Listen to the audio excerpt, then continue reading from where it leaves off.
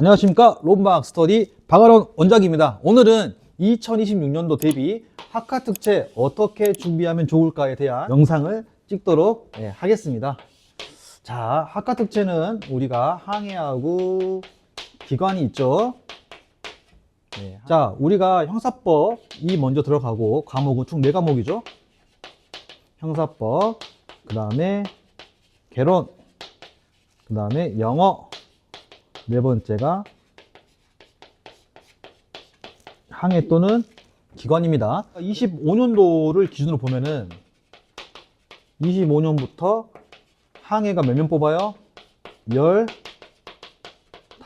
기관이 10명을 뽑습니다. 그러면 여기는 우리가 EBS로 하잖아요. 그러면 몇 명이에요? 네, 30명, 그 다음에 20명을 뽑게 돼 있어요. 그러니까 굉장히 많은 숫자를 뽑는다는 거죠. 그러면 실제로 응시생 자체가 한정적이기 때문에, 예를 들면 항해 같은 경우에는 어디 학교가 있어요? 네, 한해대, 그 다음에 제주대, 전남대가 있겠죠. 군산대, 통영, 이 정도가 있습니다. 그러면 이 정도의 학생들이 해양경찰학과를 졸업해가지고 항해 전공을 하시는데 나올 수 있을 만한 인원은 당연히 그렇죠, 한정적이겠죠. 그래서 경쟁률 자체가 그렇게 높지가 않습니다. 뭐 기껏해야 7대1에서 5대1 사이 왔다 갔다 하니까. 실제로 이번에 커트라인도 마찬가지 21개였어요 80문제 중에서 21개가 커트라인이었기 때문에 굉장히 커트라인도 낮았다라고 볼 수 있겠습니다. 기관 같은 경우에는 23개였고요 그러면 기본적으로 항해든 기관이든 특징이 뭐냐면, 내가 지금 학과특채를 준비할래요 라고 하면은 뭘 먼저 잘해야 되냐면은 전제 조건이 체력이에요. 체력. 체력이 되냐?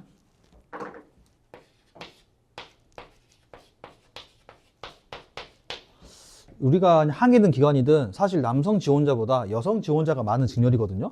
그렇기 때문에 체력이 관건인데, 기본적으로 대략 한 33점에서 34점 요 정도가 거의 평균이다 보시면 돼요.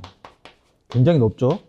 저희가 이번에 학원생 중에 윤소희라는 학생이 있었지 않습니까? 항해에. 그 친구가 19개였어요 필기가. 근데 체력이 38점 맞았어요. 이렇게 해도 일비수 안에 못 들었습니다. 왜냐면 워낙 높았기 때문에. 근데 이 친구가 여기에 인적성 면접에 들어와서 학원에서 해가지고 뒤집어서 합격을 했죠.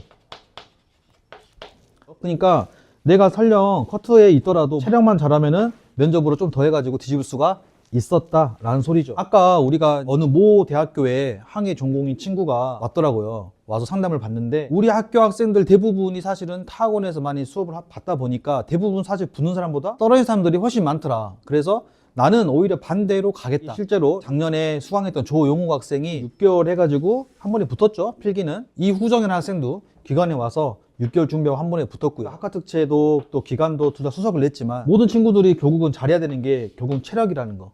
제가 보니까 필기도 물론 중요합니다. 필기 중요한데 그보다는 더 중요한 게 거의 체력 순으로 가는 확률이 높기 때문에 우선은 학과특채는 체력 몇 점? 33에서 34점은 할 준비를 하고 시작해야 된다. 특히 남자분들 잘 들으셔야 돼요. 이렇게 가면 되는 거고, 어쨌든 내년도 채용 인원은 비슷할 것 같습니다. 그래서 뽑는 인원은 많을 것 같으니까 필기는 그렇게 걱정이 되지 않아요. 자, 그러면 요 4과목을 좀 봐볼게요. 이 학과특채의 특징이 뭐냐면은, 학과특채는 의외로 공부할 게 좀 많은 직렬이긴 합니다. 왜냐면 공개 채용할 때 설명드렸었는데, 형사법은요 기본적으로 총론과 강론과 있습니다. 그리고 수사증거가 있죠. 그럼 형법의 총론, 강론, 수사증거를 공부할 때 얘는 기본적으로 뭐가 베이스냐면은 이해 베이스입니다. 이해 베이스에 판례와 조문을 해석하는 게 포인트예요.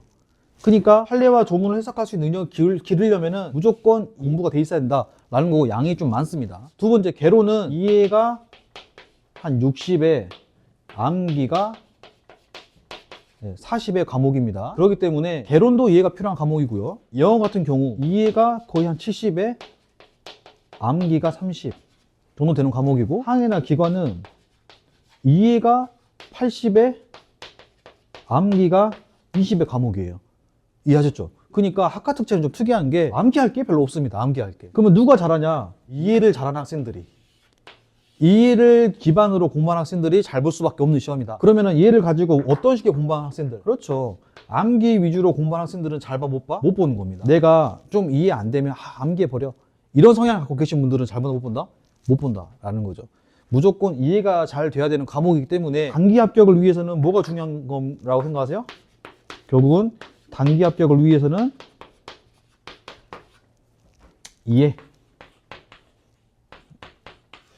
이해를 잘 시켜주는 학원이 중요하다라는 거겠죠. 강사가 요 과목에 대한 전문성을 얼마나 가지고 있는가가 중요한 거죠. 그러면은 형사법도 우리 론박이 누구? 이태우 쌤이 있죠. 개론 같은 경우도 전국의 유일한 전공자가 누구예요? 나쌤밖에 없습니다. 수업만 들어봐도 알아요. 영어도 마찬가지고요. 항해 기간은 뭐 말할 거 있겠습니까? 나쌤의 수업이나 저의 기간 수업을 들은 분들은 아시겠죠? 얼마나 이해가 중요한지를.